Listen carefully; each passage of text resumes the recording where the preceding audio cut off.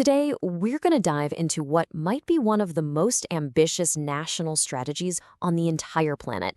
And look, this isn't some 5-year plan or a decade-long vision. No, this is a 100-year plan. It's designed to secure the future of the world's largest, most dynamic, and most populated river delta. So, to really get your head around the sheer scale of this thing, you first have to understand the place it's meant to protect. You see, Bangladesh isn't just a country that has rivers, it's a nation literally built by them. It is a land that is completely, fundamentally defined by water. Just look at this map for a second. This isn't just a river system, it's like a massive natural machine. You have the combined power of the Ganges, the Brahmaputra, and the Meghna rivers all dumping billions of tons of sediment here year after year. It creates this landscape that is constantly being born, then erased, and then reborn again. It's a place that is literally never the same twice. And living on this incredibly dynamic landscape? 160 million people. That is an unbelievable density of human life, all packed into one of the most fertile spots on Earth.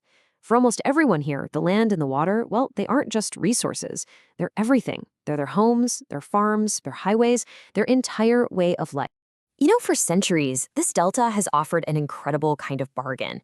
In exchange for living with the constant threat of floods, its people got to enjoy this almost unbelievable natural wealth. You've got hyper-fertile soil, a massive network of river highways, direct access to the sea. It has just been a natural engine for agriculture and trade. But here's the thing. Right now, the terms of that bargain are changing, and fast. A perfect storm of new pressures is threatening to completely overwhelm the delta's natural ability to bounce back, putting that delicate balance in some serious jeopardy. The challenges are just hitting from every single direction. You've got climate change causing sea levels to rise, which pushes saltwater further inland, poisoning farmland. Storms are getting stronger. Way upstream, dams are changing how the river flows. Cities are exploding in size. And the very land itself is sinking. It's this multi-front crisis where every single problem just makes the others worse. And right here, this is the critical insight. Trying to solve these problems one at a time was doomed to fail. A water project over here, a farming initiative over there. It just couldn't work. Each government department was busy tackling its own little piece of the puzzle, and they were completely missing the bigger picture, that this was a single, interconnected national crisis. So clearly, a whole new way of thinking was needed, a long-term, integrated vision that could actually rise to the scale of the challenge.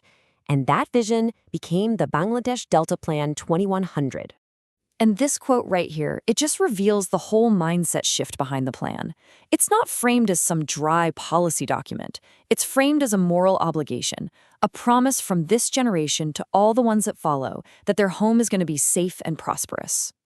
And this slide, it just brilliantly illustrates the plan's dual ambition. See, this isn't just about building higher walls to keep the water out. It's about building a more prosperous future at the same time. The vision is built on a really simple idea. You can't have economic progress without environmental security. The two are completely tied together. So how in the world do you even start a 100-year project? Well, you break it down. The plan is split into these manageable phases.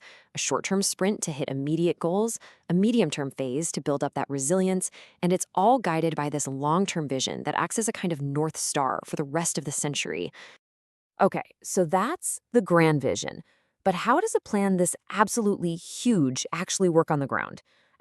How do you manage a system this vast and complicated?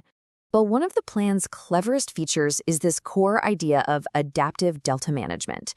It basically avoids a one-size-fits-all approach. Instead, it identifies these distinct regions called hotspots, which are basically just areas that face a similar set of challenges. And this map shows us that strategy in action. The country is broken down not by old administrative borders, but by risk. You can see the coastal zone threatened by the sea, the northern areas that are prone to drought, the river corridors vulnerable to erosion. Every color here represents a different battle to be fought. This approach lets them create these highly targeted, customized solutions. So in the coastal zone, the fight is against cyclones and saltwater. Up in the barren areas, it's all about conserving every single drop of fresh water. And in the Har region, it's about managing sudden, really violent flash floods. It just means you're applying the right tool for each specific problem. Of course, a century-long vision to completely re-engineer a nation's relationship with water, that doesn't come cheap. It requires a monumental and, really crucially, a sustained financial commitment. The investment strategy here is crystal clear. It's targeting the most urgent issues. A massive 35% is going straight to flood control and managing the country's powerful rivers. Another huge chunk is for securing water and sanitation for a rapidly growing urban population. Basically, the money is following the needs. And the numbers, they are just staggering. To pull this off, the plan calls for creating a dedicated Delta Fund with the target of mobilizing 2.5% of the country's entire gross domestic product every single year by 2030 just to fund these vital projects. Ultimately, the Bangladesh Delta Plan is so much more than a strategy for just one country. It's really a model for the world. It's a powerful lesson in foresight, in resilience, and it leaves all of us with a pretty critical question.